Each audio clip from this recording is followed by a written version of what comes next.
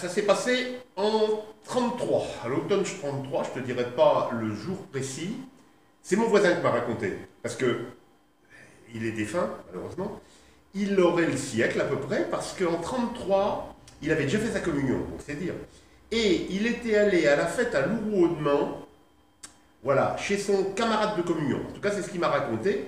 Et donc, il était aux premières loges, parce que ça s'est passé le soir de la fête du village. C'était dimanche, jour de fête, dans une ferme loin du bourg. Tout le monde était en toilette, on riait, on fêtait l'amour. C'était le jour des accordailles, on avait fait un bon festin. On chantait, on faisait ripaille, on ne songeait pas au destin. Mais par un bandit, le soir à minuit, tout ce bonheur serait détruit. Et Rabière, c'est une ferme qui est assez à l'écart du bourg.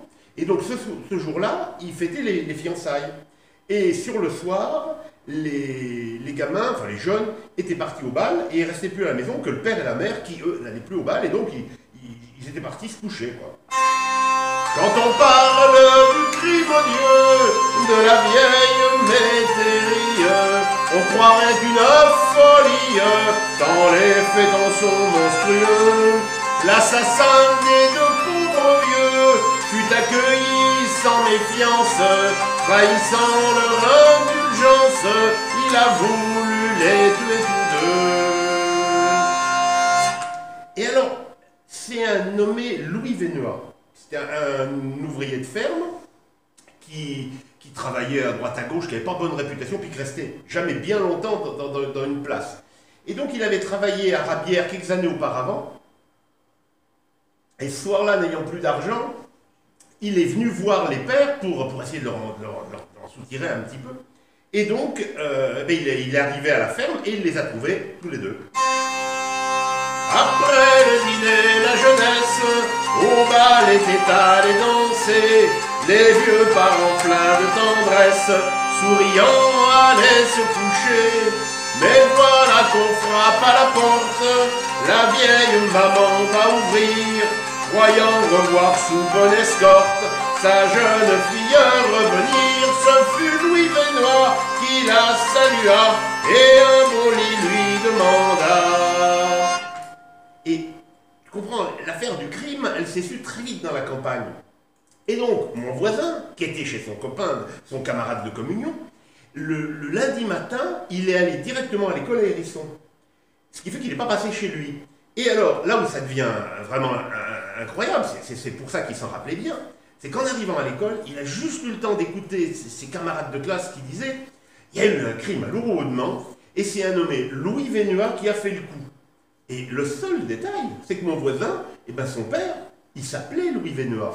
Alors je ne te raconte pas la matinée qu'il a passée parce qu'il pensait que son père était un criminel. Quand on parle du crime affreux de la vieille métairie, on croirait une folie, tant les faits en sont monstrueux.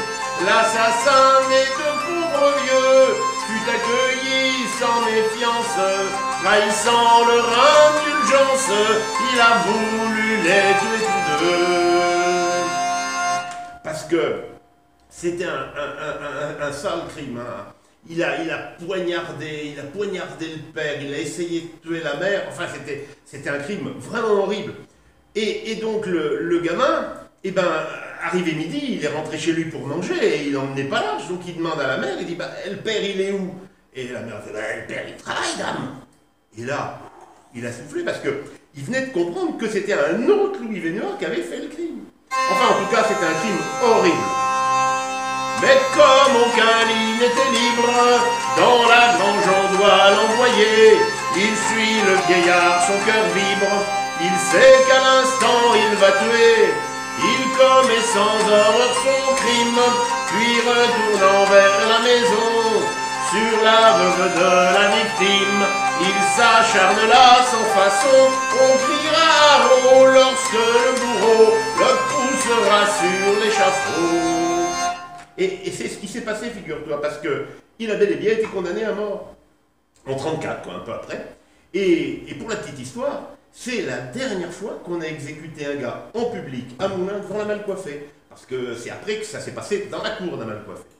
Et puis, l'autre histoire qui n'est pas commune, c'est que les deux gendarmes qui étaient avec le Louis Vénois au moment d'aller à la bascule à Charlot, eh bien, il leur a dit où étaient ses meilleurs coins de pêche dans l'Omance. Il dit, moi maintenant, ça ne me servira plus, autant que ça serve à quelqu'un. Et donc, les gendarmes, ils n'ont pas perdu leur journée. Quand on parle du crime affreux de la vieille métairie, on croirait d'une folie, tant les faits en sont monstrueux.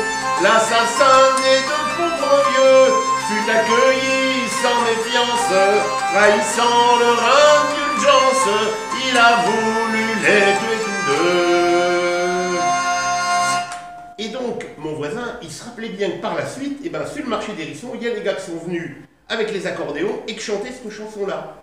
Et donc, c'était à l'automne 33, un peu après le crime, à l'automne, à l'hiver, quoi.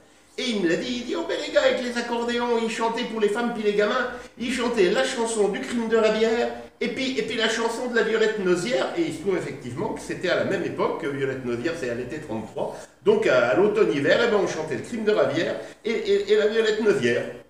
Et puis voilà. Qu'est-ce que t'en dis, toi? Ah, je crois que ça coupe.